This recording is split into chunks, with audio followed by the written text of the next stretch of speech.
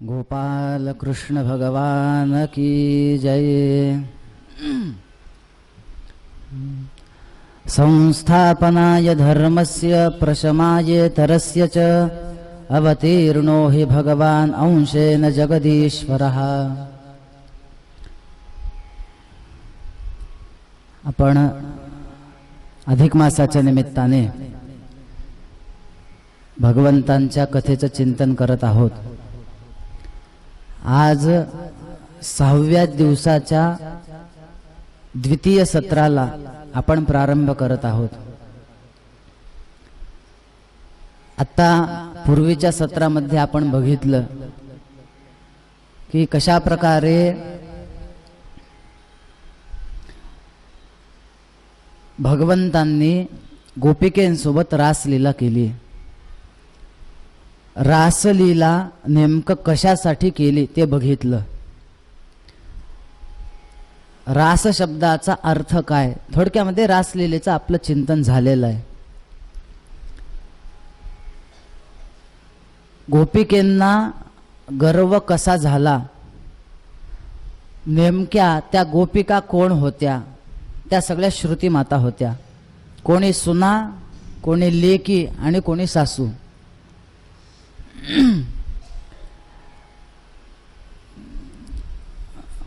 गोपिकेंच्या गर्वाचं हरण केलं, रासलीला झाली।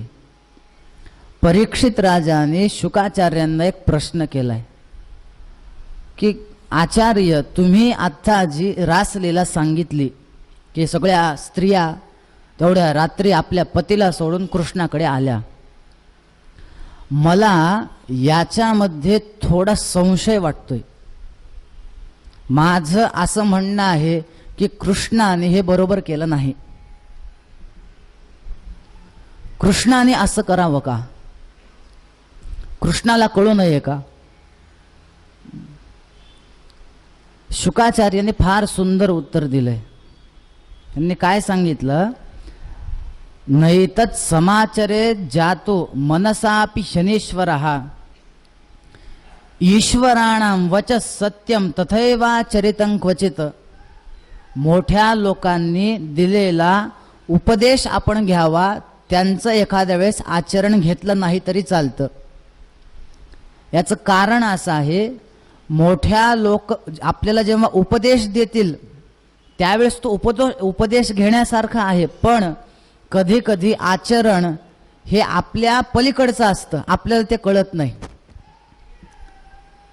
आपल्याला त्याच्या मागचा भाव कळत नाही। वस्तुतः हे जीवनमुक्त झालेले असतात, त्याच्या पलीकडे गेलेले असतात। ते असं वागले तर आपण तसंच वागावं असं नाही। मोठ्यांनी उपदेश दिलेला आपण घ्यायचा आहे। गजानन महाराज चिलीम वडायचे, आम्ही का वडू नये असं लोक म्हणतात। आता हे योग्य आहे का? गजानन महाराज घोड्याच्या खाली जाऊन बसले होते, बसून दाखवा। गोपाल कृष्णांनी 16,108 लग्न केले, आम्हीत कमी 2 तरी करायला काय हरकत आहे? असं नाही। आपस्तंभ श्रुतीमध्ये असं एक वचन येतं, तेषां तेजो विशेषेण प्रत्यवायो न विद्यते। संतांचं जे आचरण असतं, एखाद्या वेळेस जर आपल्याला काही वाटलं, दोषास्पद वाटलं, पण त्यांना त्याचा दोष नाहीये। कारण काय? सुख दुःखाच्या पलीकडे ते गेलेले आहेत, त्याचं त्यांना पातक नाहीये। गोपाल कृष्णाने एवढे लग्न केले, आम्ही 2 करायला काय हरकत आहे? मी पुढे जाऊन सांगतो। 16,108 कृष्णांनी लग्न केले, आपण फक्त 16,108 नाव त्या बायकांचे पाठ करून दाखवावेत। लग्न तर पुढची गोष्ट आहे, तसं नाही। तुम्ही शंकर महाराजांचं नाव ऐकलं असेल, तिथं पुण्याला त्यांचा एक मठ आहे, धनकवडीला जाऊन आलात ना? त्यांच्या चरित्रात मी असं वाचलंय, ते वडापाव वगैरे भजे वगैरे खायचे। मग शंकर महाराज खायचे, आम्ही का खाऊ नये? आम्ही सुद्धा रस्त्यावर उभा टाकून खाणार, उघडे असलेले खाणार. समर्थांच्या चरित्रामध्ये त्यांनी घार मारलेलं वर्णन आहे. लोक त्यांना नावं ठेवू लागले, घार मारली, तुम्ही काय करताय, काय झालं, हे योग्य नाही का? जीवन करतो. पुन्हा जीवन केलं. संतांचं आचरण हे आपल्या पलीकडे. म्हणून बघा, एखाद्या वेळेस मोठ्या व्यक्तीकडून जर काही चुका झाल्या असतील तर शास्त्रकारांनी त्या चुका घ्यायला नाही सांगितल्या. तुम्हाला मी एक उदाहरण सांगतो. तैत्तरीय उपनिषदामध्ये भृगुवल्ली, शिक्षावल्ली असे प्रकरण आहेत. शिक्षावल्लीमध्ये काय वर्णन आहे की सद्गुरू शिष्य पाठशाळा सोडून जाताना त्याला काही उपदेश देतात की बाबा तू आता इथून बाहेर पडतोयस, तुला सगळीकडे फिरायचंय, जग कसं असतं आणि तू त्या समाजामध्ये फिरत असताना कसं वागावं. अंतेवासिनम अनुशास्ती शिष्याला सांगतात. काय सांगतात ते? धर्मांचर, सत्यवद ते सगळं आहे. माझा मुद्दा कुठं आहे बघा. ते सद्गुरू त्या शिष्याला काय सांगतायत? यानी अनवद्यानि कर्माणि तानि त्वया सेवितव्यानि नो इतराणि, यानी अस्माकं सुचरितानि तानि त्वया सेवितव्यानि नो इतराणि. म्हणजे आमच्याकडून जर आम्ही वागत असताना काही तुला वेगळं वाटलं तर ते घेऊ नको, आमचं जे चांगलं आहे ते घे. बऱ्याच शिक्षकांना, आता पूर्वीचे काही असे होते, बऱ्याच जणांना तंबाखूची सवय होती. मग आमचे गुरुजी तंबाखू खायचे, आम्ही का खाऊ नये? तर नाही, त्याच्यातलं जे चांगलं आहे ते घ्या. यानी सुचरितानी.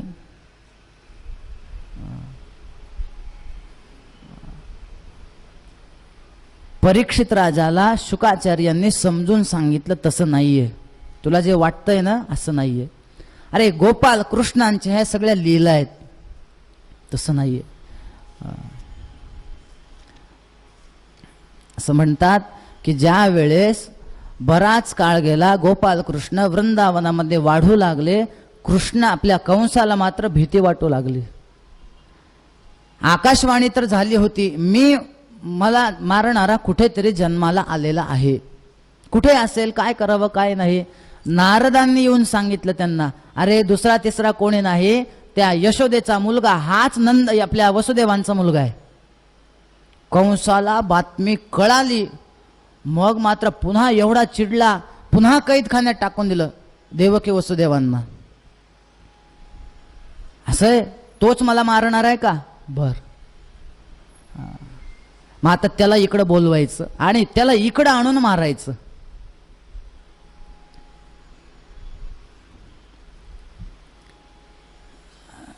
कंस हा आपल्या मृत्यूला आमंत्रण देत होता. माणसाने कधीही आपल्या मृत्यूचा विचार करायचा नाही. बघा, जर मृत्यूचा विचार केला, तुम्हाला एक बघा, जर आपल्या मरण्याची दिवसाची जर तारीख कळाली तर राहिलेलं आयुष्य सुद्धा माणूस सुखाने जगू शकत नाही. का? नाही, हे झाला ठीक आहे, आजचा दिवस चांगला गेला, पण आला तो दिवस जवळ, आला तो दिवस जवळ, आला तो दिवस जवळ. म्हणजे भविष्य काळाचा विचार करून वर्तमान काळातला सुद्धा आनंद नष्ट होतो. त्याच्यामुळे मरण कधी आहे, मरण कधी आहे, कधीच जाणून घ्यायचा प्रयत्न करू नये. त्या व्यासांच्या चरित्रात असं वर्णन आहे. ते एक शिष्य त्यांचा, गुरुजी मी कधी मरणार आहे सांगा, गुरुजी मी कधी मरणार आहे. व्यासाने सांगितलं, जाऊ दे ना, काय करायचंय तुला? नाही नाही, मला सांगा मी कधी मरणार आहे. व्यासांनी सांगितलं, मला तरी माहिती नाही, आपण एक काम करूत, यमाला विचारूत. चल यमाकडे. यमाकडे घेऊन गेले. यमाला विचारलं, सांगा व्हायचं मरण कधी आहे? यमाने सांगितलं, मलाही माहिती नाही. माहिती नाही. मग एक काम करूत आपण, अजून एक देवता आहेत म्हणजे मृत्यू देवता, त्यांना माहीत असेल. त्या मृत्यू देवतेकडे गेले यम, व्यास आणि शिष्य. त्याला विचारलं, का हो ह्याचं मरण कधी आहे माहिती आहे का? त्यांनी सांगितलं, मलाही माहिती नाही. माहिती नाही. मग कोणाला माहिती? एक काम करू, डायरेक्ट त्या विधात्याला जाऊन विचारूत ह्याचं मरण कधी आहे. विधात्याला कडे गेले तिकडं, त्यांना विचारलं, का हो ह्याचं मरण कधी आहे? त्या विधात्याने सांगितलं, ज्या वेळेस हा बालक व्यास, यम आणि मृत्यूदेव सहित माझ्याकडे येईल त्यावेळेस याचं मरण आहे. झालं, इथं सोडा आणि निघा म्हणले. आता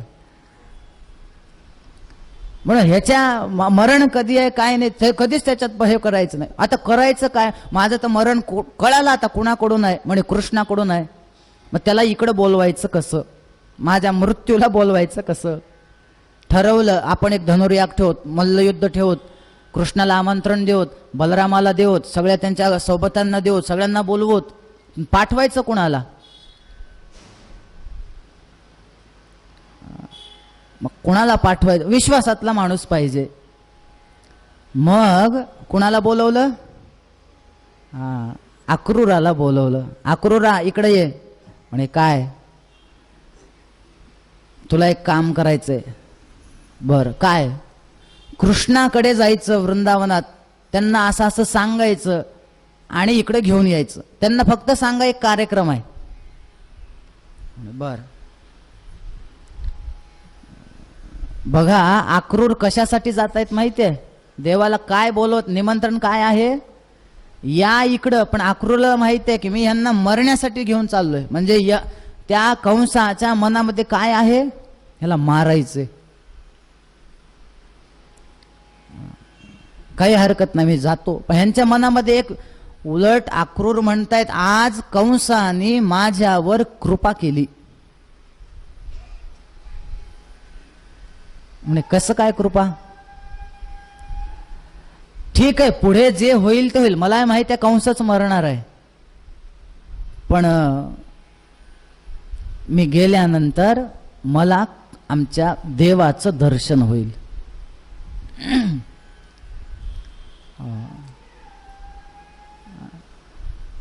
ज्या वेळेस अक्रूर रथात बसून निघाले, अक्रूर चिंतन करू लागले रथामध्ये, किमया चरितम भद्रम किंतप्तम परमंतपहा.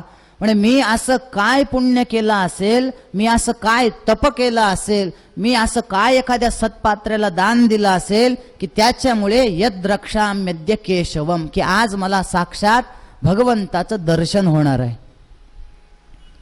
असं मी काय पुण्य केलं असेल? ममई तद दुर्लभम मन्ये. वस्तुतः मी सुद्धा विषयांमध्ये अडकलेला आहे. आणि जो विषयांमध्ये अडकेल त्याला शास्त्रकारांनी मंद असा शब्द वापरलेला आहे. माऊलींनी तर त्याच्या पुढचा शब्द वापरलाय. माहिती आहे कुणाला?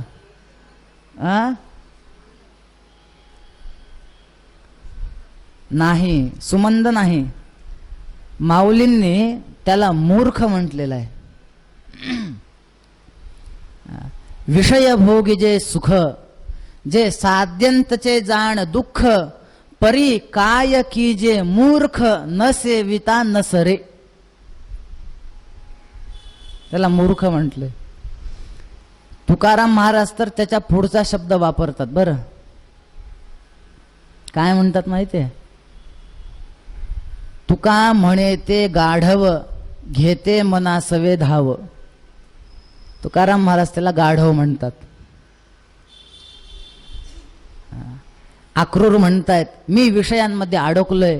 विषयांमध्ये अडकलेल्या व्यक्तीला भगवंताचं दर्शन होत नाही. विषय या शब्दाचाच अर्थ काय आहे? आपल्या टीकेमध्ये जर अर्थ बघितला, विसिन्वन्ति नाम अवबध्नन्ति इति विषयाः. जे बांधून टाकतात त्यांना म्हणायचं विषय. जे बांधतात ते सुख देतील का? नाही.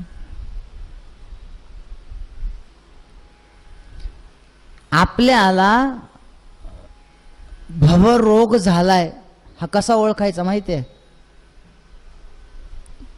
बघा,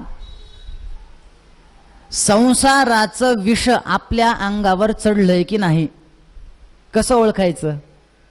एक सोपी युक्ती सांगतो.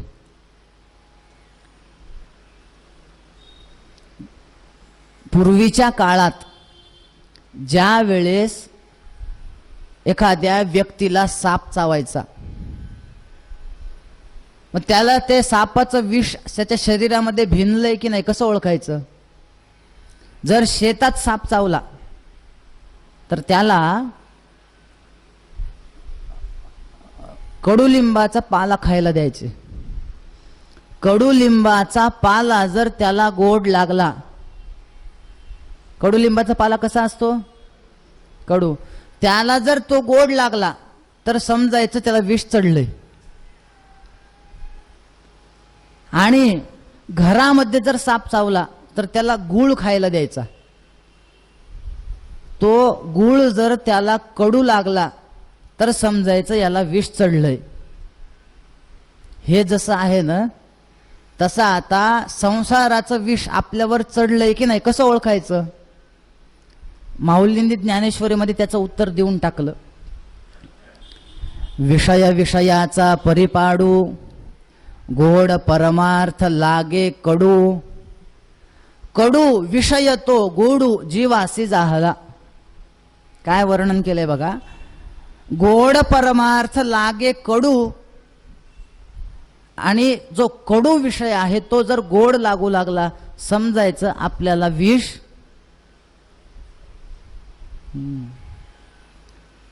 मग आता आपली स्थिती काय आहे ते आपला पण बघायचं. आपल्याला परमार्थ गोड वाटतो का प्रपंच गोड वाटतो? आणि जर प्रपंच गोड वाटत असेल तर समजा विष चढलंय.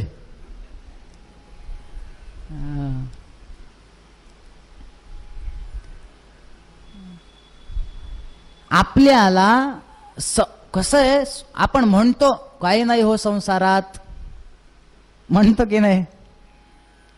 मला सांगा, संसार दुःखयुक्त आहे ना? आहे. आता कथा संपल्यानंतर कुठं जाणार आहेत? घरीच जाणार आहेत ना परत जेवायला?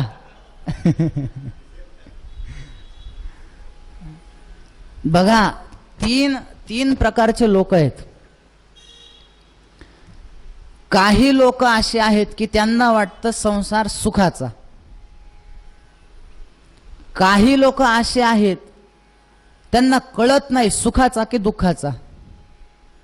आणि काही लोक असे आहेत की ते म्हणतात संसार दुःखाचा.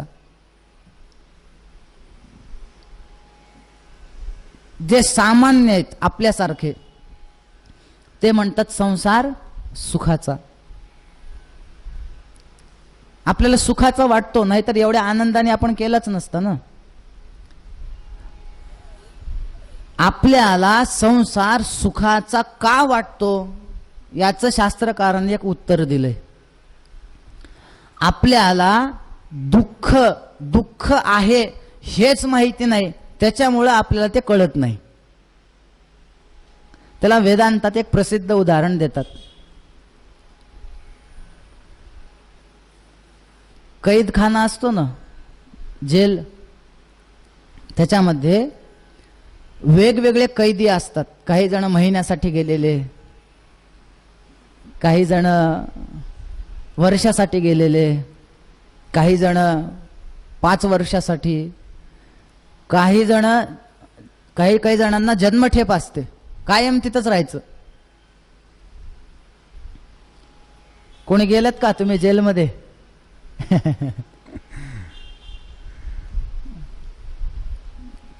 त्या दिवशी म्हणे नेमका त्या काळात त्या राजाचा वाढदिवस होता. त्या जेलमधले सगळ्या कैद्यांना सांगितलं की आज तुम्हाला जे जे पाहिजे ते मी आज देणार आहे, काय पाहिजे ते मागा.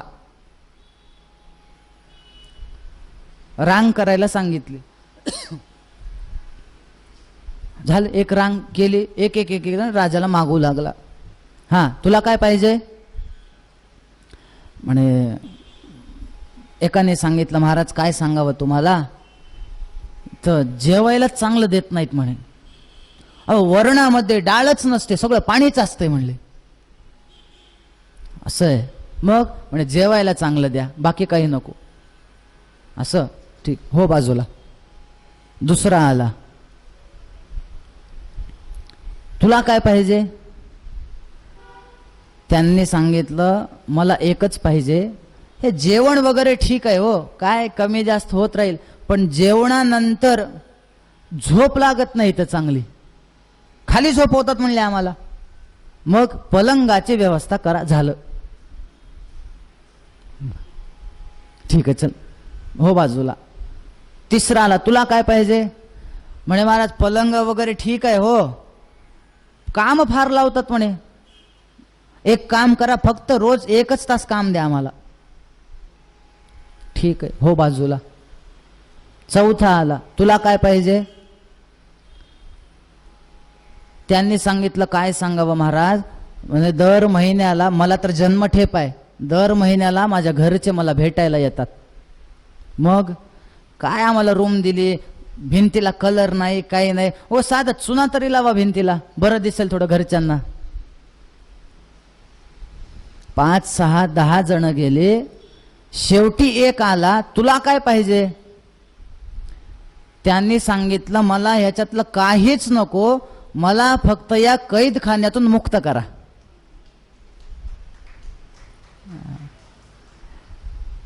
हे त्या कैदखान्याची, त्या ह्याची गोष्ट नाही, ही आपली गोष्ट आहे. आपल्या म्हणजे इतर कैद्यांना आपण कैदी आहोत हेच जर माहिती नसेल तर सुटण्याचा प्रश्न येईल का. नाही ना. तसं आपण संसार आपल्याला जर दुःखयुक्त वाटतच नसेल तर त्याच्यातून सुटण्याचा विचार तरी आहे का.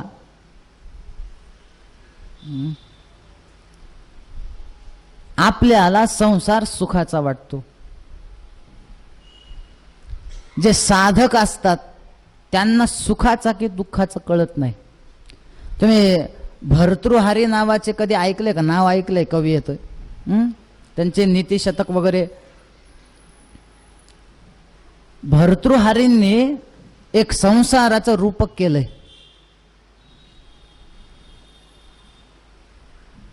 रस्त्याने ते निघाले म्हणे भर्तृहारी, आणि झालं असं, क्वचित विद्वत गोष्टी ही विद्वानांच्या काही रस्त्यावर गप्पा ऐकल्या.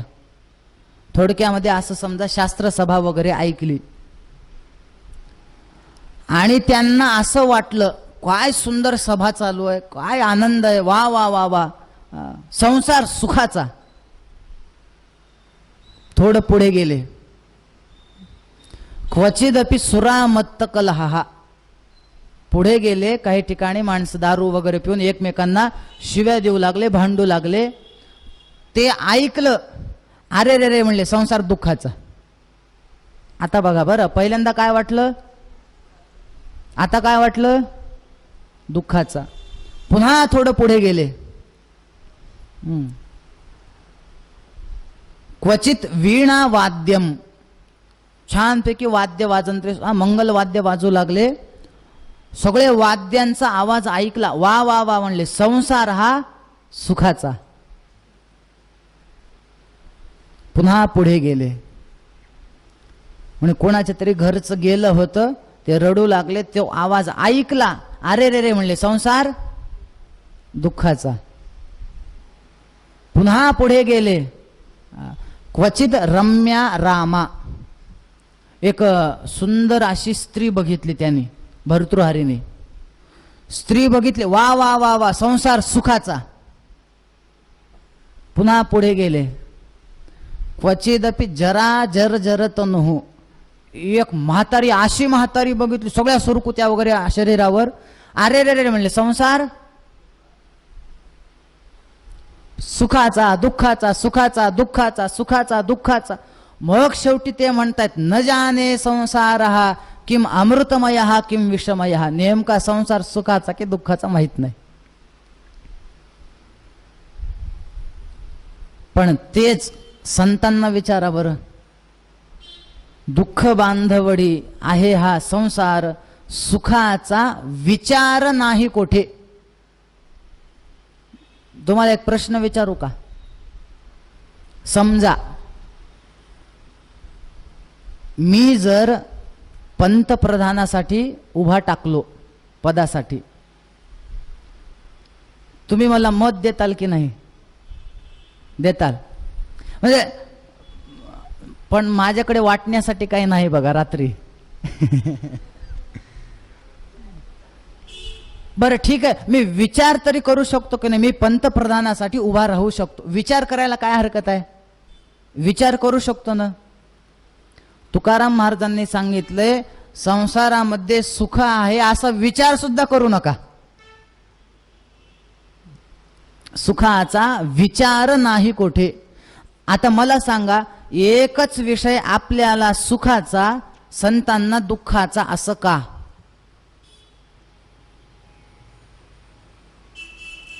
तुम्हाला सांगू याचं उत्तर. तुम्ही गुलाब बघितलंय? गुलाबाची पाकळी माहिती आहे तुम्हाला? असं करा की आता लगेच करून बघू नका, कथा झाल्यावर बघा. आपल्या पायाखाली तळव्याच्या तिथं ती पाकळी टाकायची आणि त्याच्यावर पाय ठेवायचा. पायाला काही त्रास होईल नाही. तीच पाकळी आता इथं डोळ्याच्या मध्ये बुबुळावर ठेवायची.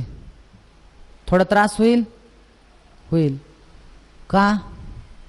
एकच पाकळी आहे, पायाच्या खाली टाकली त्रास झाला नाही, डोळ्यावर ठेवली त्रास झाला. याचं कारण काय? एकच कारण आहे, पायाची कातडी ही स्थूल आहे, डोळ्याची कातडी ही सूक्ष्म आहे. म्हणून एकच विषय पायाला सुखाचा वाटला, डोळ्याला.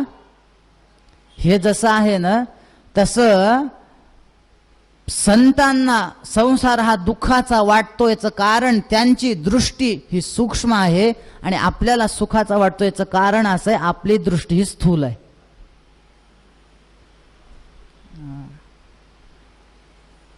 अक्रूरांनी सांगितलं, या संसारामध्ये मी अडकलोय. ममैत दुर्लभम म्हणणे, अशा माणसाला देवाचं दर्शन होऊ शकत नाही. पण तरी सुद्धा किमया चरितम भद्रम, एखाद्या कुठल्या तरी जन्मामध्ये मी काही पुण्यकर्म केलं असेल की त्या पुण्याच्या प्रभावाने मला आज साक्षात भगवंत दिसणार आहेत.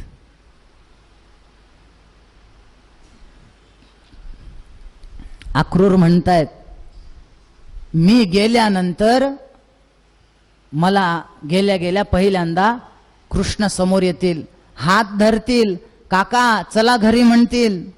काय माझं भाग्य असेल. भगवंताचं चिंतन करत करत करत गोकुळामध्ये अक्रूर पोहोचले. त्याच्यानंतर यांच्याजवळ गेले, कृष्ण वगैरे आले, त्यांना धरून आत घेऊन गेले. या अक्रूर काका, नंदांनी वगैरे विचारलं, कस काय आलात? अक्रूरांनी सांगितलं, असं आहे की कंसाने उद्याच्या उद्या कृष्ण बलराम आणि तुम्हाला बोलवलंय, एक मोठा कार्यक्रम ठेवलाय. बर. कृष्णाला विचारलं, का रे? नंदांनी विचारलं, जाणार का? म्हणे हो जाणार ना, त्याला काय. शी बातमी यशोदेला कळाली. यशोदेला जेव्हा बातमी कळते की माझा कृष्ण उद्या निघून जाणार आहे, तिला काय वाटलं असेल हो? एवढी रडायला सुरुवात करते. कृष्ण जाणार कळालं. आपल्या रात्री कृष्णाला बोलवलं, कान्हे आईकडे ये. म्हणे काय, तू जाणार आहेस? म्हणे हो. बरं ऐक, जर मी तुला कधी मारलं असेल तर ते मारलेलं विसरून जा. कृष्णाने सांगितलं, आई असं काय बोलतेस ग? अगं आईने मुलाला मारणं हे काही चूक आहे का? कर्तव्य आहे, कधी कधी मारावं लागतं. असं का बोलतेस? असं बोलू नको, मी जाणार आहे, पुन्हा येईल ना. असं म्हणतात की ही बातमी हळूहळू सगळ्या गोकुळात पसरली. उद्या कृष्ण मथुरेला जाणार.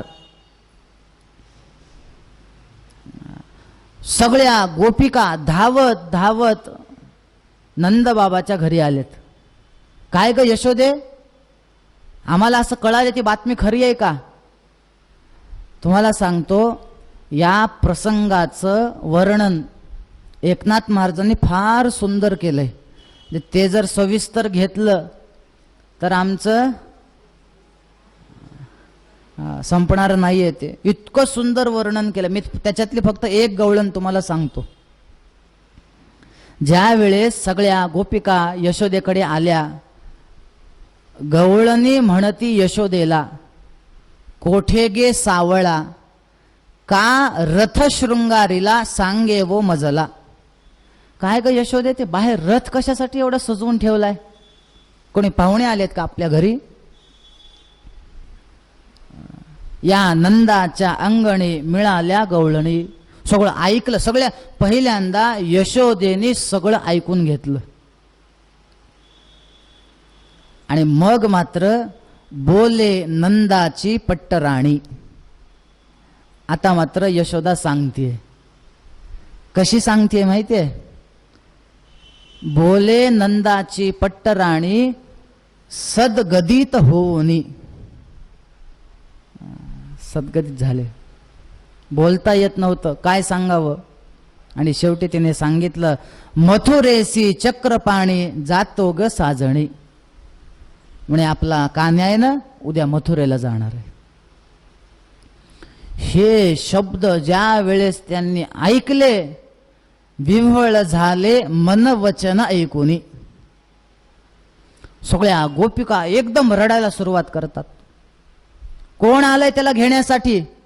म्हणे अक्रूर नावाचा एक माणूस आलाय. गोपिकेंनी तर पहिल्यांदा त्या विधात्यालाच शिव्या द्यायला सुरुवात केल्या. फार सुंदर वर्णन आहे बरं. अहो विधातस्तवन क्वचित दया. तुला दया नाही का रे? तू एक नंबरचा क्रूर आहेस. तू करतोयस काय? पहिल्यांदा माणसाशी गाठ घालून देतो आणि पुन्हा चांगली मैत्री झाली, प्रेम जडलं की पुन्हा तू मुद्दाहून त्यांचा वियोग करवतोस. तुझ्यासारखा क्रूर कोणी नाही. कोण आलंय कृष्णाला घ्यायला? अक्रूर. अक्रूर शब्दाचा अर्थ काय? जो क्रूर नाही तो अक्रूर. म्हणे हा अक्रूर अजिबात त्याच्या नावासारखा नाही. एक नंबरचा क्रूर आहे म्हणे हा. ह्याला कळू नये. भागवतातल्या गोपिकांच्या शिव्या थोड्या खालच्या आहेत. एकनाथ महाराजांनी तर ह्याच्या पुढच्या दिल्यात. नाथ महाराजांच्या शिव्या सांगू का तुम्हाला?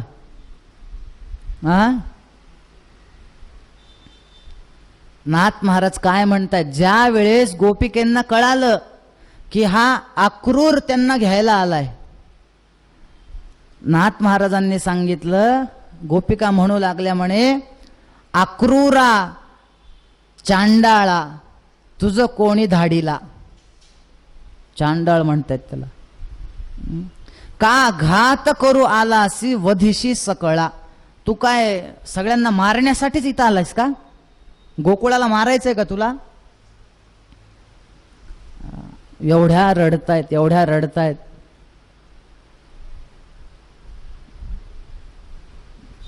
गोपिकेंनी सांगितलं, ठीक आहे अक्रूर आला असेल, ह्या कान्ह्याला कळू नये का? लगेच हो म्हणायचं असतं का जायला? त्याला मात्र दररोज नवीन नवीन बघायला लागतं. त्याला कळू नये. त्यांनी सांगावं अक्रूरांना की आमच्या इथं गोकुळ आहे, आमच्या सगळ्या गोपिका आहेत, आमचे मित्र आहेत, सवंगडी आहेत, आई बाबा आहेत, मी येत नाही, सांगू नये का? कान्ह्याला कळत नाही. गोपिका काय म्हणतायत? सुखम प्रभाता रजनीयमाशिषः, उद्याची सकाळ आमच्यासाठी दुःखदायी असेल, पण उद्याची सकाळ त्या मथुरेतल्या लोकांसाठी आनंददायी असेल. कारण आम्हाला कृष्ण उद्या दिसणार नाही आणि यांना दिसणार आहे.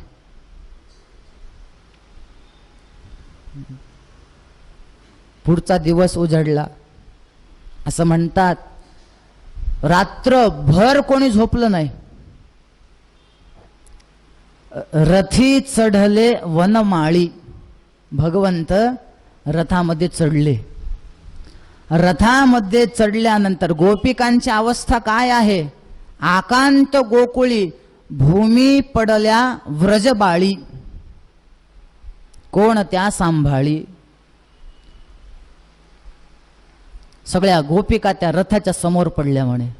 आक्रूरा, जर रथ घेऊन जायचा असेल, कान्ह्याला घेऊन जायचं असेल, तर या रथाचं चाक पहिल्यांदा आमच्या शरीरावरून गेलं पाहिजे, आम्ही जाऊ देणार नाहीत. बघा काय असेल. म्हणून मी तुम्हाला आपल्या मागच्या सत्रामध्ये सांगितलं की कबीरदास महाराज सांगतायत, कबीर कबीर क्या कहे जा जमुना के तीर, एक गोपी के प्रेम में बह गए कोटी कबीर. आडव्या पडले.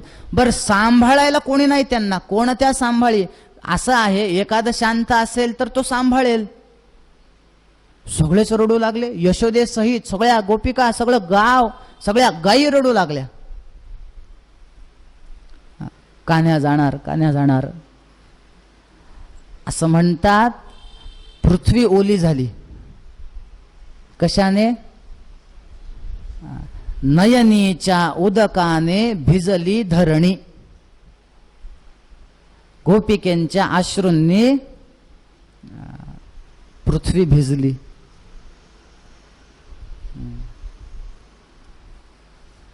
आता मात्र कृष्णांनी सांगितलं, अक्रूरा वेगात रथ हाकादी. देव बोले अक्रूरासी, वेगे हाकी रथासी. तुम्ही रथ जोरात नाही, आता थांबायचं नाही. कृष्णाने विचारलं काय झालं एवढं, का आपल्या अक्रूराने विचारलं का पळवायचं एवढं, काय झालं, फार मथुरा लवकर बघावं वाटतंय का तुम्हाला? कृष्णाने सांगितलं, मथुरा मला बघायची नाही, या गोपींच्या शोकासी न पहावे मजसी. या गोपिकेंचा शोक मला पाहवत नाही.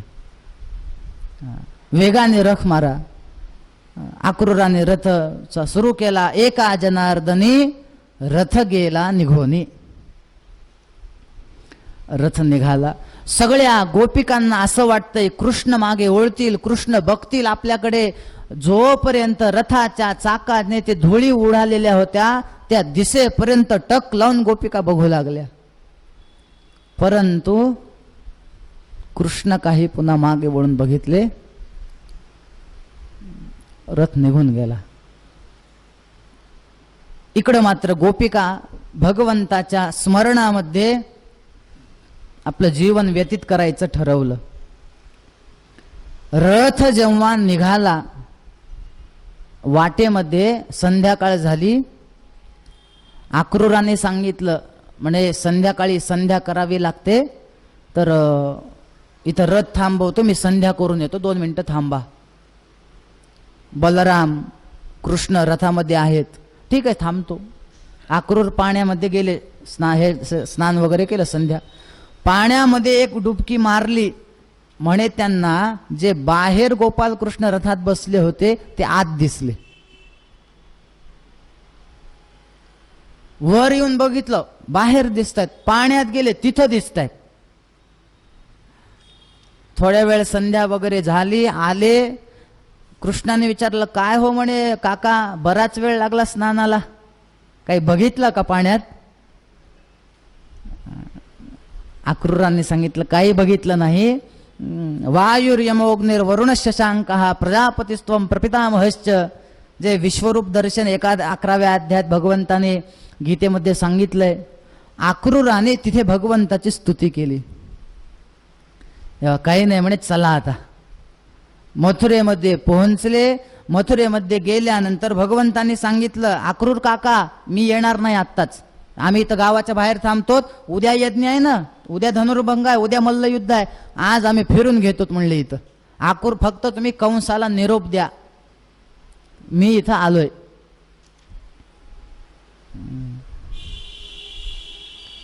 बर, अक्रूर काका निघून गेले. कंसाला सांगितलं गोपाल कृष्ण मथुरेत आलेत.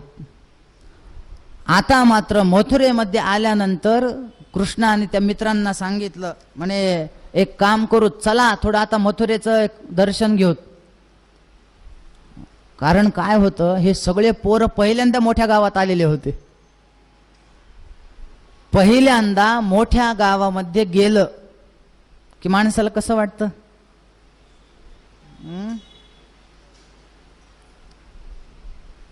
मी जेव्हा पहिल्यांदा मुंबईला गेलो, त्या मोठ्या मोठ्या बिल्डिंगी बघितल्या, मला वाटते 4वी-5वीला असेल. मला एवढा आश्चर्य वाटायचं, ते एवढ्या कशा वर बांधल्या असतील, एवढं ते फिरणं वगैरे हे ते करून मी काय करायचं माहिती आहे, मी ज्यांच्या घरी उतरलो होतो, आमचे पाहुणेच आहेत, त्यांचं घर होतं जवळपास काहीतरी 22-23व्या मजल्यावर. मग मी काय करायचं, जेवण वगैरे झालं, हे सगळे झोपी जायचे दुपारी, मी त्या लिफ्टमध्ये दिवसभर वर खाली करत बसायचं, बटन दाबायचं, खाली यायचं, वर जायचं. नवीन नवीन वाटतं काहीतरी आश्चर्य, आता वाटतं का काही? पण पहिल्यांदा हे सगळे मित्र पहिल्यांदा गेले होते मथुरेमध्ये, यांना फक्त झोपड्याच माहिती होत्या गोकुळातल्या. एवढे भारी भारी घर, कान्या काय घर आहेत रे म्हणे, आपल्या गावाकडे बांधावं असं, बघ बरं कोण बांधकाम करतं इथं.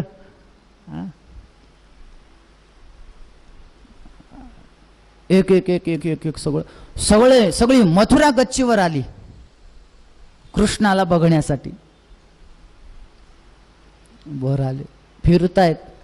पहिल्यांदा त्यांना असं म्हणतात की एक कपडे रंगवण्याचं जो काम करतो तो भेटला. भगवंताने सांगितलं काय करता तुम्ही? कपडे, आम्हाला द्या ते कपडे. म्हणे देत नाही. देत नाही, मारूनच टाकलं डायरेक्ट. ते घेतले, शिंप्याकडे गेले, छानपैकी शिवून द्या आणि मॅचिंग शिवून द्या म्हणले आम्हाला. हा ओके नाही, धोतर उपरण एका काठाचं, टी शर्ट चड्डी आमची एका काठाची द्या म्हणे, आम्ही सगळे लहान मुलं आहेत, आम्हाला सारखं लागतं, छानपैकी आम्हाला सजवा. पुढे एक माळी भेटला, त्या माळ्याकडून छानपैकी सजवून घेतले, छानपैकी सगळे नटले, एक नंबर पावडर वगैरे लावून तयार झाले. सगळे आता बिचारे खेड्यातले पोरं एवढे सुंदर दिसू लागले. फिरत फिरत फिरत जेव्हा वाटेमध्ये एक कुब्जा लागली, त्रिवक्रा, 3 ठिकाणी वाकडी होती. भगवंतानी तिला सरळ केलं. नाही ते ना, हानवटीला एक हात ठेवला, पायावर एक, पायावर हे ठेवून असं झटका दिला, ती सरळ झाली. त्याच्या पुढे एक धनुष्य होतं, ते भगवंतांनी तोडलं. रात्र झाली, कंसाला रात्री भयानक स्वप्न पडू लागले. माझं मरण जवळ आलं. कंसाचे स्वप्न फार भारी आहेत बरं. कंस म्हणे, त्याला स्वप्नात असं दिसलं, त्याच्या गळ्यामध्ये एक जास्वंदाच्या फुलाचे हार घातलाय, तोंडाला काळं फासलंय, त्याला गाढवावर बसवलंय आणि सगळ्या गावातून त्याची मिरवणूक चालू आहे. स्वप्न. त्याला असं एक स्वप्न, असं काय झालं, आरशामध्ये बघितला कंसाने, त्याला आरशामध्ये खालचं शरीर दिसू लागलं, तोंडच दिसत नव्हतं. किती छान वाटलं असेल. तुम्ही बघा बरं, कधी तोंड धुवा, आरशापुढे बघा, तोंडच दिसत नसेल तर घाबरेल ना माणूस. तर तोंडच दिसत न, हे असे तुम्ही बघा, असे जर डोळे केले ना, 1-2 दिसतं. चंद्राकडे बघून असं केलं की 2 चंद्र दिसतात. बरोबर आहे ना? कुठलंही असं डोळे केले की 2 दिसतात, खालून दाबायचं. ते कंस असा करून सुद्धा त्याला 2 दिसत नव्हते. काय आहे, मरण जवळ आल्याचे काही लक्षण आहेत, काही चिन्ह आहेत. मरण जवळ आलं कसं ओळखावं?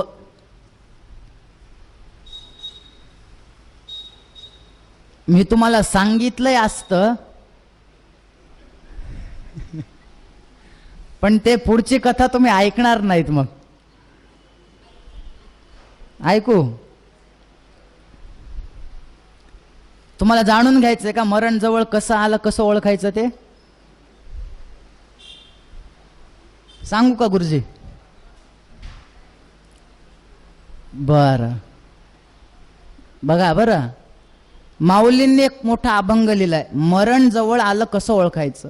किती दिवसावर मरण आलं बघा. कानी घालून या बोटे नाद जे पहावे, न दिसता जाणावे 9 दिवस.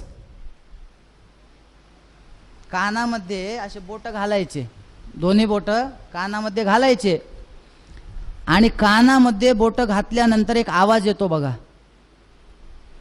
येतो ना, शांत असा आवाज येतो बघा. तो जर आवाज आला नाही तर समजायचं आपलं आयुष्य 9 दिवस आहे. त्या बघा, म्हणून मी सांगत नव्हतो. लगेच सुरू केलं कानात बोट घालायला. इथं बघू नका, घरी जाऊन घालून बघा शांत. जर तुम्हाला आवाज आला नाही आत्ता तर मग तुम्ही घाबरताल ना. इथं बघू नका, घरी जाऊन बघा. कानामध्ये असे बोट घालायचे, जर आवाज आला नाही तर समजायचं 9 दिवस आहेत. त्याच्यानंतर भोवया पाहता न दिसे जाणा, आयुष्याची गणना 7 दिवस.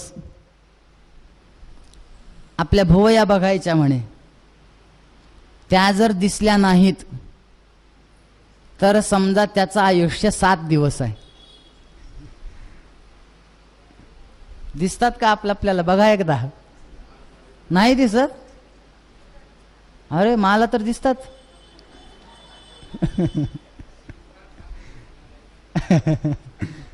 हो, थोडे डोळे असे फार हे करावे लागतात, दिसतात. मी अभंग वाचल्या वाचल्या एकदा बघितल्या होत्या.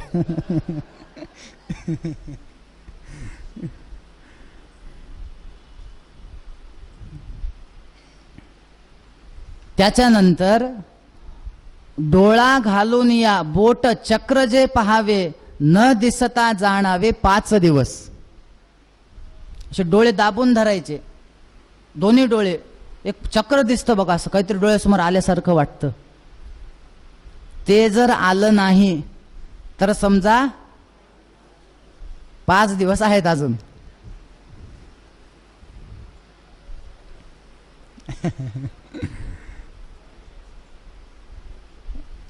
बापरे, उगाच सांगितलं वाटतं. आता सगळे मागे सगळेजण करत बसले.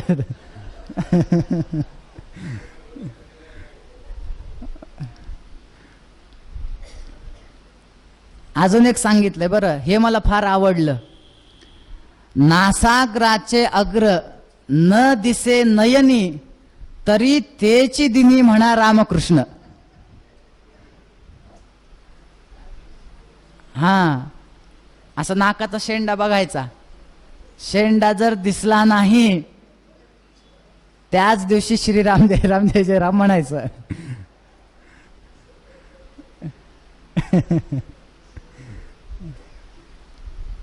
हो, हे सगळे अपशकुन आहेत. कंसाने हे सगळं करून बघितलं, त्याला नाकाचा शेंडा दिसत नव्हता. बहुतेक म्हणे आज रामकृष्ण हरी आहे आपला. आता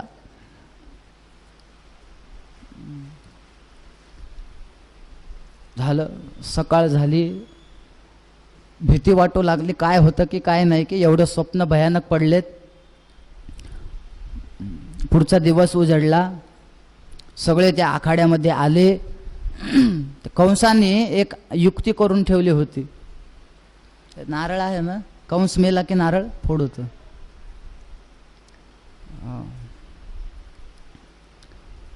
युक्ती केली. हात काय केलं, त्या रणांगणामध्ये येण्याच्या आधीच कृष्णाला मारून टाकूत एक उन्मत्त असा हत्ती बाहेर ठेवला, कुवलयापीड नावाचा हत्ती ठेवला. कृष्ण आले, कृष्णाने सांगितलं मुकाट्याने बाजूला व्हा. त्या माहुताने सांगितलं होणार नाही. होणार नाही नाही, कसं काय होणार नाही म्हणे, तुला जर आज जायचं असेल तर याच्यासोबत युद्ध कर मग जा. कृष्णाने सांगितलं आतापर्यंत एवढे मोठे मोठ्या पुतनेला तर मारले, हा हत्ती काय म्हणे. आले समोर, या म्हणे, मारून टाकलं त्याला. हत्ती गरगर गरगर फिरवलं, हत्तीला फेकून दिलं. आखाड्यात गेले, त्या मंचामध्ये भरपूर लोक बसले होते. काही ठिकाणी स्त्रिया, काही ठिकाणी बायक, एकीकडे पुरुष, एकीकडे साधू संत, एकीकडे सगळे पहिलवान, एकीकडे हे ते, एकीकडे मित्र. गोपाल कृष्ण जेव्हा त्या मंचामध्ये आले, कोणाकोणाला कसे दिसले त्याचं वर्णन आहे. नऊही रस भगवंतामध्ये सगळ्यांना पाहायला मिळाले. रौद्रोद्भुतश्च शृंगारो, हास्यं वीरो दया तथा, भयानकश्च बीभत्सः, शांतस्य प्रेम भक्तितः. 9 रस बघायला मिळाले. ते जे पहिलवान होते ना, त्यांनी बघितलं, अरे हा तर आपल्यासारखाच पहिलवान आहे. नंद बाबा वगैरे होते, अरे हा तर आपला मुलगा आहे.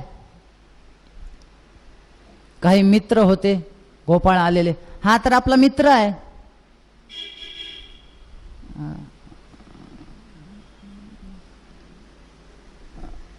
काही स्त्रिया आल्या होत्या, त्या तर म्हणाल अरे हा तर साक्षात कामदेवच आहे.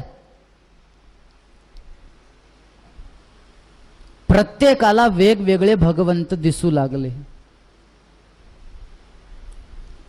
जे योगी लोक आले होते त्यांना भगवंत कसे दिसले माहिती आहे? तत्वम परम योगिनाम, म्हणजे आपण इतके वर्ष झालं ज्याचं ध्यान करतोय ते साक्षात परम तत्व म्हणजे हेच आहे. त्यांना ते दिसलं.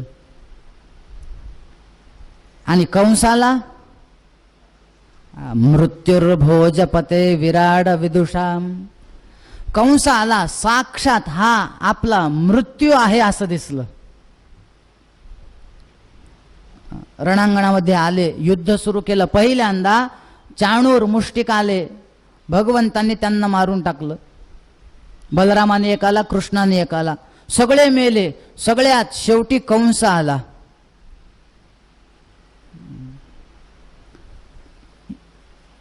तू सगळ्यांना मारतोयस ना, तू माझा काळ आहेस ना, आता मी तुला मारतो. आणि असं म्हणतात की ज्या वेळेस कृष्ण आणि कंस यांचं युद्ध सुरू झालं, बराच काळ युद्ध चाललं. शेवटी बरोबर ती वेळ आल्यानंतर भगवंतांनी त्याला असं आडवं पाडलं, त्याच्या छातीवर बसले आणि आपल्या हाताने एक जोरदार असा छातीवर प्रहार केला. प्रहार केल्या केल्या त्या कंसाने आपला प्राणाचा त्याग केला. बघा कथेतला कंस मेला आपला. आता कंसाचा वध झाल्या झाल्या मात्र सगळीकडे हाहाकार झाला. कंस गेला, कंस गेला, कंस गेला. काय करावं? बऱ्याच जणांना आनंद झाला, बऱ्याच जणांना दुःख झालं. कृष्णांनी वसुदेव देवकींना सोडवलं कारागृहातून. नंदबाबांना सांगितलं तुम्ही आता जा म्हणे, मी काय नंतर येतो, आता मी इथेच राहणार आहे. नंदबाबा निघून गेले आणि मग मात्र गोपाल कृष्ण मथुरेमध्ये आनंदाने राहू लागले. थोडे मोठे झाले, आई वडिलांनी सांगितलं उपनयन करायला पाहिजे. उपनयन केलं. शिकायला गेलं पाहिजे, शिकण्यासाठी गेले. कुणाकडे? सांदीपनी ऋषींच्या आश्रमामध्ये आले. इथंच आहेत ना जवळ. बघा तुमच्या इथंच शिकलेत देव.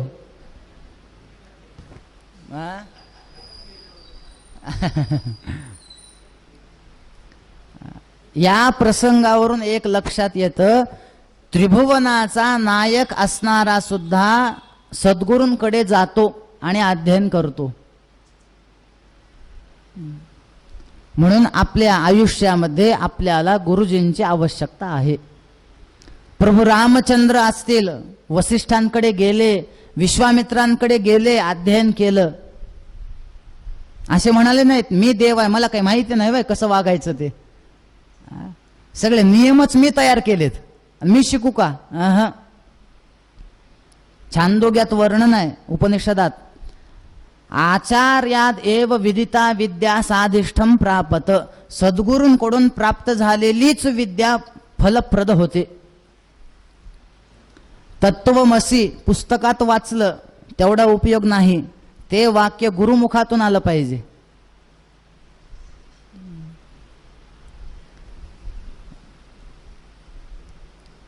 गुरुकृपे जो सज्ञान, त्यासी देहाचे अबाधित भान. मिथ्या प्रपंचाचे दर्शन, कर्मे करते पण त्या नाही. आपल्याला नाथ महाराजांनी सांगितलं एकनाथी भागवतात. गुरुकृपे जो सज्ञान, त्याला ज्ञानाची प्राप्ती होते. आणि एकदा का ज्ञान मिळालं त्याला पुन्हा जन्म पुन्हा मरण नाही.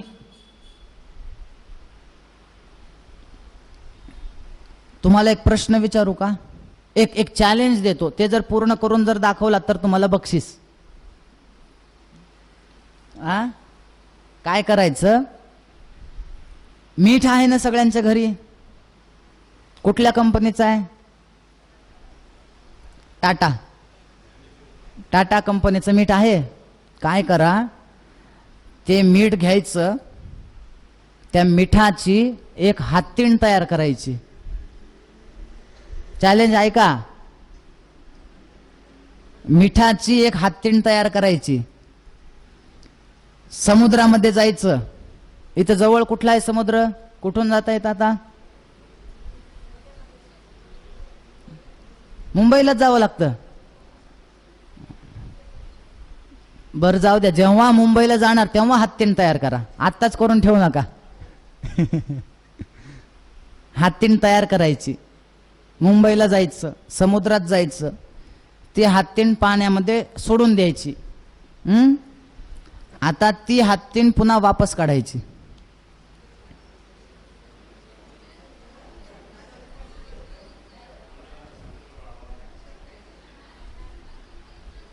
होणारच नाही ना? नाही ना? माऊलींनी हेच उदाहरण ज्ञानेश्वरीत दिलंय की ज्याला ज्ञान प्राप्त झालंय त्याला पुन्हा जन्म नाही. काय उदाहरण आहे बघा. का लवणाची कुंजरी सुदलिया लवण सागरी, होयचिना माघारी परती जैसी.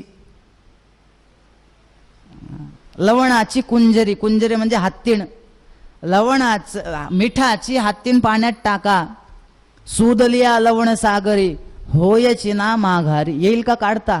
अजून एक उदाहरण दिलं. नाना गेलिया अंतराळा, न ये तिचे वन्य ज्वाळा. वर वन्य ज्वाळा गेल्या, येतात का वापस? नाही तप्त लोहोनी जळा निघणे जेवी. अजून एक उदाहरण दिलं.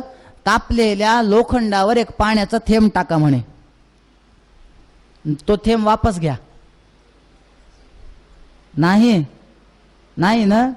माऊलींनी सांगितलं तेवी मजसी एकवट, जे गा झाले ज्ञाने चोखट, तया पुनरावृत्तीची वाट मोडिली गा. त्याला पुन्हा पुनरावृत्ती नाही, त्याला पुन्हा जन्म नाही. पुनरपि जननम पुनरपि मरणम हे जे म्हणतात त्याला नाही. त्याला ज्ञान प्राप्त होतो, तो जीवनमुक्त होतो, तो विदेहमुक्त होतो. एवढंच कशाला? देवाचा आवडता होतो. भगवंतांनी गीतेत सांगितले ना, माझा आवडता कोण आहे? सगळ्यात 4 प्रकारचे भक्त आहेत, बरोबर?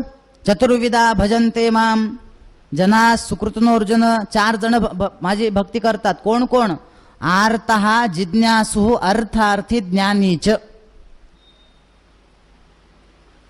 त्याच्यातला आवडता कोण आहे?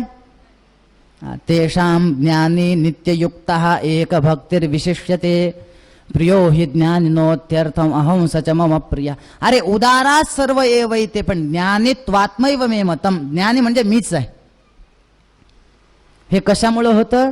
गुरुकृपे जो सज्ञान, त्याच्यामुळं सद्गुरूची गरज आहे. सद्गुरूंकडे गेलं पाहिजे. भगवंत गेले म्हणून बघा, माऊलींनी सुद्धा शेवटी सांगितलं, मी एवढी ज्ञानेश्वरी लिहिली, माझा एवढा उद्धार झाला कशामुळे? ज्ञानदेव म्हणे तरलो तरलो, आता उद्धरलो गुरुकृपे. श्री गुरु सारिका असता पाठिरा का, इतरांचा लेखा कोण करे. तो अभंग बघा तुम्ही.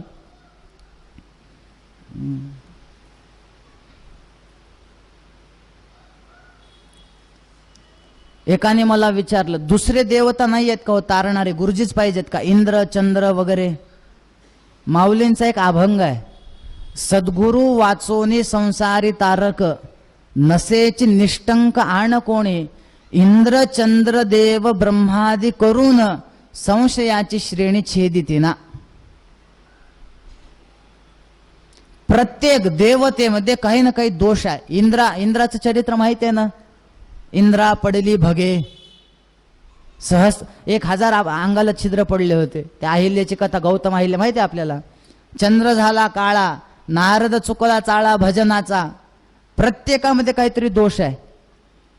ब्रह्मदेवामध्ये पण दोष आहे. ब्रह्मदेव आपल्या मुलीच्याच मागे लागले होते.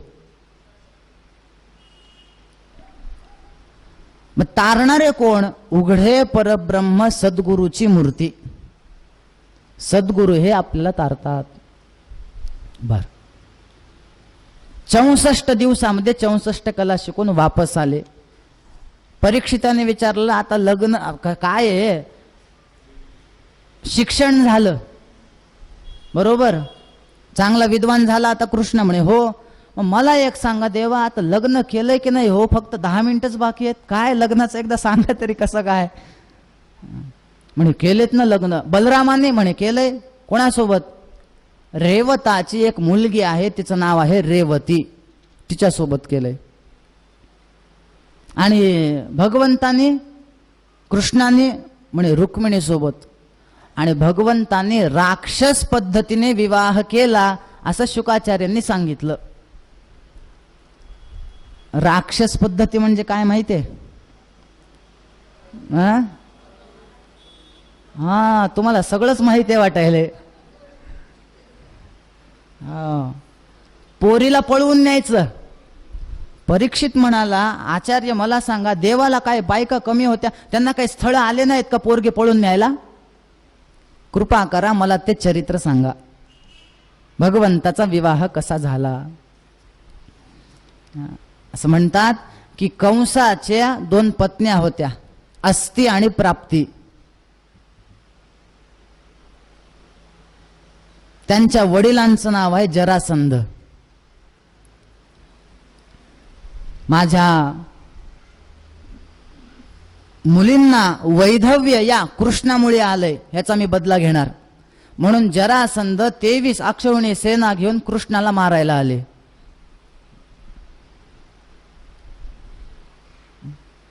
गोपाल कृष्णांनी जरासंधाला कधीच मारलं नाही. पहिल्यांदा फक्त त्याची सेना मारायची आणि सोडून द्यायची.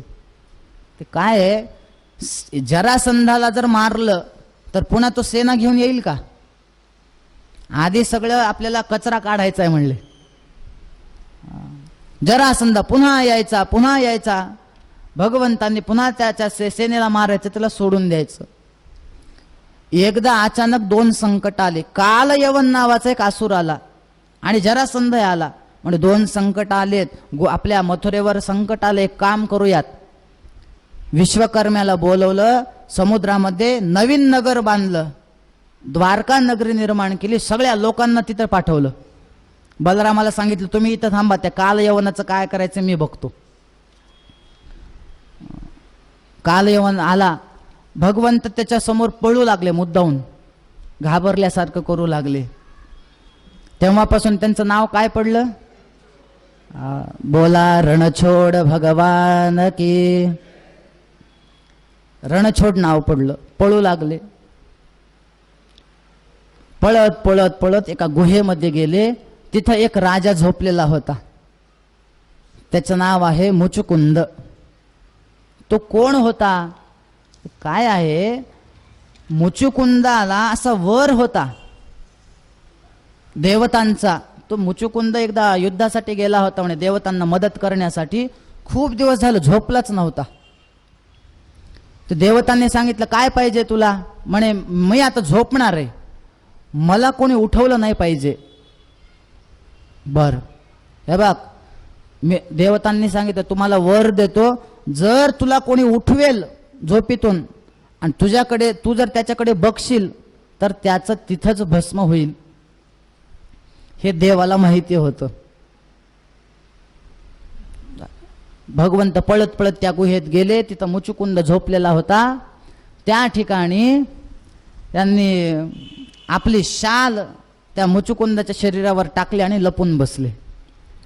कालयवन आला, बघितलं इथं झोपल्याचं नाटक करतोय काय, हीच शाल होती अंगावर. गेले आणि त्या ह्याला अशी लाथ मारली, उठ म्हणून. ह्याने विचार, मला कोण उठवते? बघितलं बघितलं बघितल्या, भस्म झालं त्याचं. म्हणून झोपलेल्या व्यक्तीला उठवू नये. त्यातल्या त्यात तेव्हापासून मी जेव्हा ही कथा वाचली, त्यातल्या त्यात मी कथेत फार नियम पाळतो. हा कळालं का? काय सांगा, एखाद्याला असं वर असेल झोपेतून उठवलं आणि महाराजच.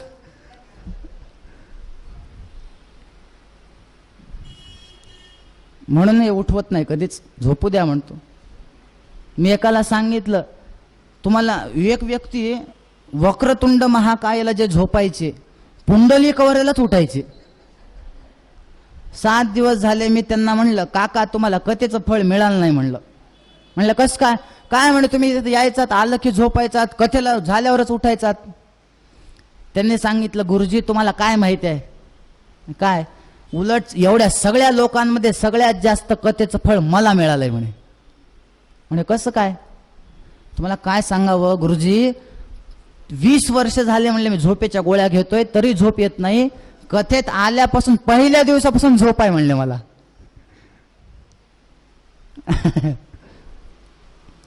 पण बघा, 7 जणांना झोपेतून उठवायला चालतं बरं, माहिती आहे का तुम्हाला? सप्त सुप्तान प्रबोधयेत, 7 जणांना उठवावं झोपले असले तरी. मी पहिल्यांदा जेव्हा हा श्लोक वाचला, मला एवढा राग आला तुम्हाला सांगतो. का माहितीये, मी ज्यावेळेस वाचलो ना त्यावेळेस मी होतो विद्यार्थी. म्हणजे विद्यार्थी, आता हे शिक्षण काही थांबत नसतं, पण पाठशाळेत होतो. आणि त्या 7 जणांना उठवावं, त्या यादीमध्ये पहिलं नाव विद्यार्थ्याचं होतं. काय कमाल झाली म्हणलं. विद्यार्थ्याला झोपेतून उठवावं. अभ्यासाच्या वेळेस जर झोपला, गुरुजींनी म्हणावं का, जाऊ दे बाबा लहान आहे, सकाळी लवकर उठतात पोरं, थोडं दुपारी झोप येते, झोपू द्या 10 मिनिट. अजिबात नाही, त्याला उठवावं. सेवक हा, सेवक असेल त्याला उठवावं. काम करायचं आणि झोपी गेला, जमेल का? पांथ हा, वाटसरू आहे, थकला, झाडाखाली थोडा बसला आणि तिथंच झोप लागली, त्याला म्हणावं बाबा उठ, पुढे जायचे का बघ, अंधार होतोय, जा, त्याला उठवावं. क्षुधार्तहा, ज्याला भूक लागले, लहान लेकरं तसेच झोपतात, त्याला उठवावं, बाबा थोडं खा आणि मग झोप. भयकातरहा, जो भीतीने युक्त आहे त्यांना तशा अवस्थेत झोपू देऊ नये. सगळ्यांना उठवा. 7-8 नावं दिलेले आहेत, त्यांना उठवावं. 5 झाले का, सांगू का दोन्ही? भांडारी प्रतिहारीच सप्तसुप्तान प्रबोधयेत. आचार्य आहे, स्वयंपाक करायचा आणि त्यांनी सांगितलं ते लोकांचं काय कथा हो न, मला झोप आली, आळस आलाय, मी नंतर स्वयंपाक करतो. झोपलाय, बरं जमेल का? सेवक आहे, सेवक म्हणजे गुप्तहेर आहे किंवा याचे काही जे काही संदेश असतील तो इकडं पोहोचवणारा जो आहे त्याला उठवावं की नाही झोपला असेल तर?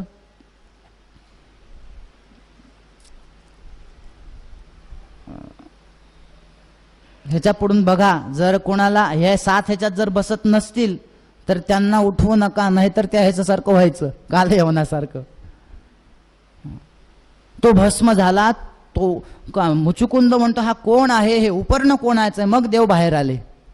अरे मी कोण आहेत तुम्ही? मी वासुदेवांचा कृष्ण, वसुदेवांचा मुलगा वासुदेव आहे, अमुक अमुक आपली ओळख सांगितली. आणि मग कालांतराने तो मुचुकुंद मुक्त झाला. गंधमादन नावाच्या पर्वतावर जाऊन तप केला आणि मुक्त झाला.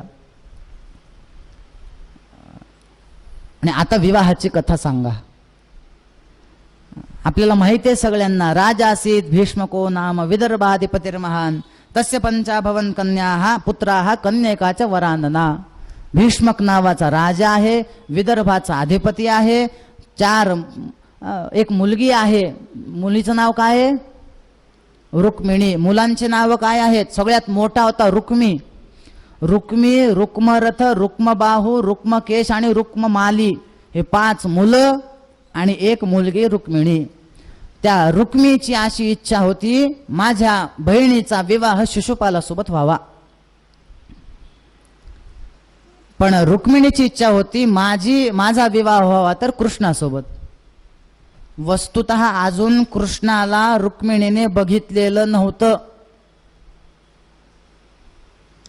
लग्नाच्या वेळेस कोण कोण काय पाहतं माहिती आहे ना तुम्हाला?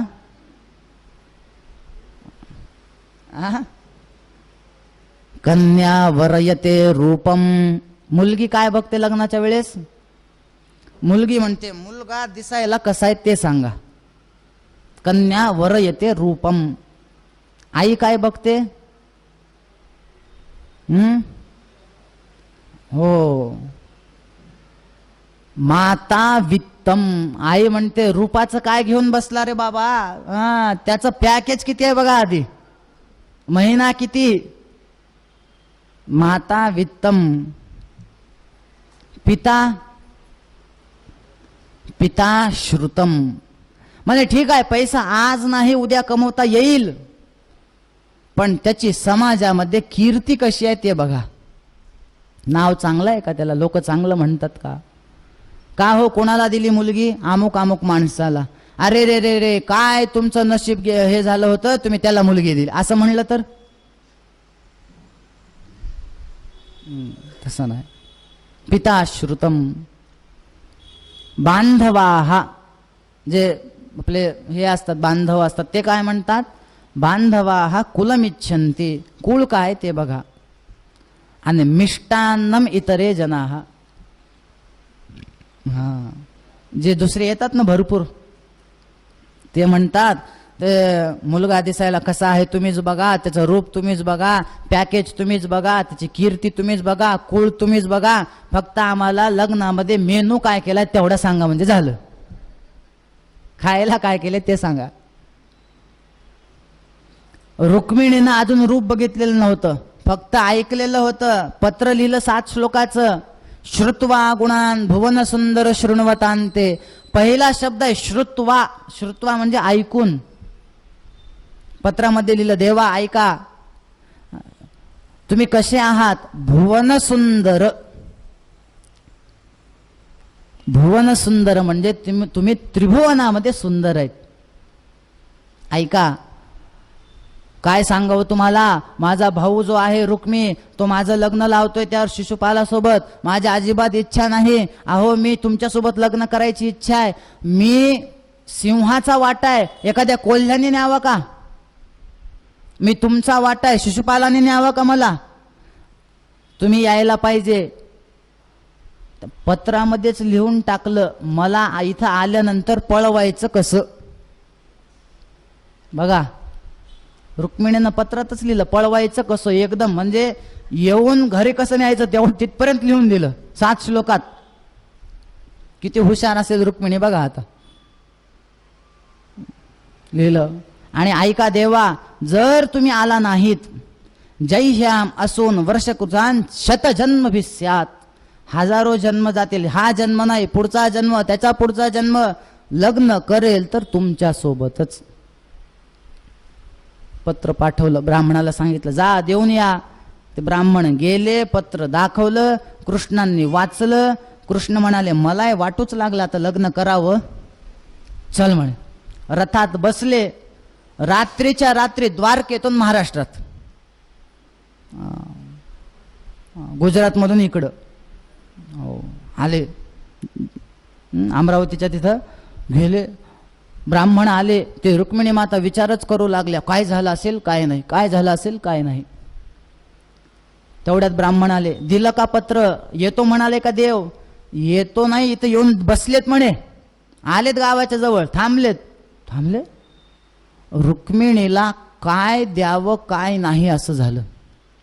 तुला बक्षीस काय देऊ मी आता, एखादा राज्य देऊ का, पण म्हणे एवढं मोठं काम केलंयस तू माझं, कृष्णाला माझा जो पती होणार आहे त्याला इकडं घेऊन आलायस तू, राज्य त्याच्या पुढे काही नाही. काय द्यावं, अलंकार सोन्यातले काही हार, गळ्यातलं काही, ते पण त्याच्या बरोबरी होऊ शकत नाही.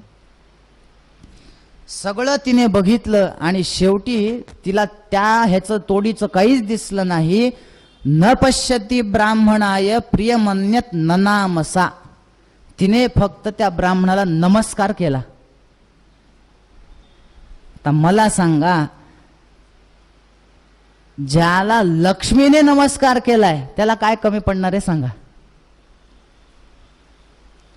पुढचा दिवस उजडला, ठरल्याप्रमाणे ते देवीच्या मंदिरात आधी गेले, पूजा वगैरे झाली, रुक्मिणी बाहेर आल्या, कृष्ण रथ घेऊन तयार होते. रथात हात, रुक्मिणीनेच हात दिला, धरा हात, हात धरला, ओढलं, पळत निघाले. सगळे म्हणे अरे रुक्मी पळवलं तुझ्या बहिणीला, पळवलं पळवलं पळवलं. रुक्मिणी तर त्या रुक्मिणी प्रतिज्ञा घेतली म्हणे जर माझ्या बहिणीला मी वापस आणलं नाही तर पुन्हा गावात सुद्धा येणार नाही. पुढे तसंच झालं, भगवंताने त्याला हरवलं, तो बाहेरच दुसरीकडे नवीन नगरी निर्माण करून राहू लागला. घरी गेले, द्वारकेत पोहोचले, आई दार उघड. दार उघडलं, काय आई तुझ्यासाठी एक सून आणली म्हणे. सून आणली, बघू कशी आहे. पदर वर केला, रुक्मिणीचं रूप बघितलं, वा वा वा वा म्हणे कृष्णा तुला एक सांगू का, म्हणे काय, तू तुझ्या जीवनामध्ये पहिलं एक चांगलं काम केलंस म्हणे. आता मला वाटलं तुला याच्यातलं काही कळत नाही काय की पोरी हुडकण्यामध्ये एक नंबर निघालास तू तर. बरं ठीक आहे, आता नुसतं पळवून आणलंय का लग्न करून आलास. नाही म्हणे आत्ता फक्त पळवून आणलंय. असं आहे, मग थांब पत्रिका छापूत, छानपैकी आपण सगळ्यांना पत्रिका वाटूयात. आणि त्यावेळेसचे लग्न काय असे एका दिवसासारखे होते का. सकाळी धामधूम, दुपारी थोडं टामटुम आणि संध्याकाळी सामसुम. म्हणजे इथं आज लग्न झालंय हे सुद्धा कळत नाही. त्यावेळेसचे लग्न मोठा उत्सव चालू झाला, मोठे हे झालं, सगळ्यांना बोलवलं आणि मोठ्या थाटा माटामध्ये भगवंत आणि रुक्मिणी माता यांचा विवाह तिथं संपन्न झाला. आपण सुद्धा आता या ठिकाणी विवाह भगवंताचा लावणार आहोत. उद्या बरोबर सकाळी 10 वाजता आपली कथा सुरू होईल. उद्या आपल्याला, आज कुठं एक लग्न झालंय 16,107 राहिलेत अजून. उद्या आपल्याला भगवंताच्या अन्य विवाहांची कथा आणि भगवंताच्या एक जवळच्या आवडत्या भक्ताची म्हणजे सुदाम देवांची कथा. उद्या आपल्याला सुदामा चरित्र बघायचंय. उद्या बरोबर सकाळी 10 ते 1 कथा होईल. आजची कथा आपण याच ठिकाणी थांबूयात. पुढचे सगळे काही जे आपल्याला सूचना असतील ते सगळे आपले सबनीस गुरुजी देतील.